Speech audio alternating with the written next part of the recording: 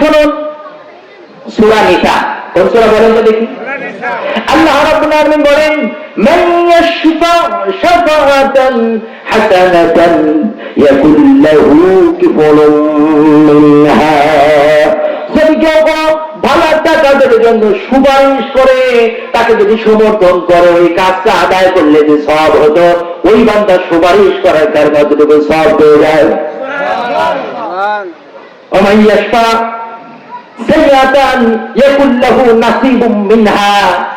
আর কেউ যদি কোন একটা খারাপ কাজের সমর্থন করে, সুপারিশ করে, ওই অনুমোদনকৃত কাজটা আদায় করলে যে গুনাহ হতো, তার জন্য অতটুকু অংশ দেওয়া হবে। আমার বন্ধুগণ, তাহলে সমর্থন ম্যান্ডেট ভালো দেখে, যোগ্যতা সম্পন্ন মানুষ দেখে দিতে হবে কি হবে না?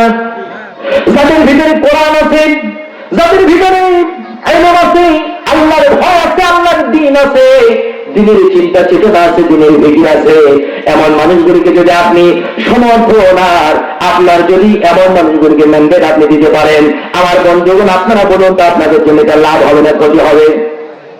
কথা বলেন না কেন আপনারা? লাভ হবে না ক্ষতি হবে? আমি আপনাদেরকে নিয়ে একখানা হাদিস ইবনে মাজাহ থেকে তেলাওয়াত করেছিলাম। আমার তেলাওয়াতকৃত হাদিসখানা অনুযায়ী আমি আপনাদেরকে একটু শোনাতে চাই।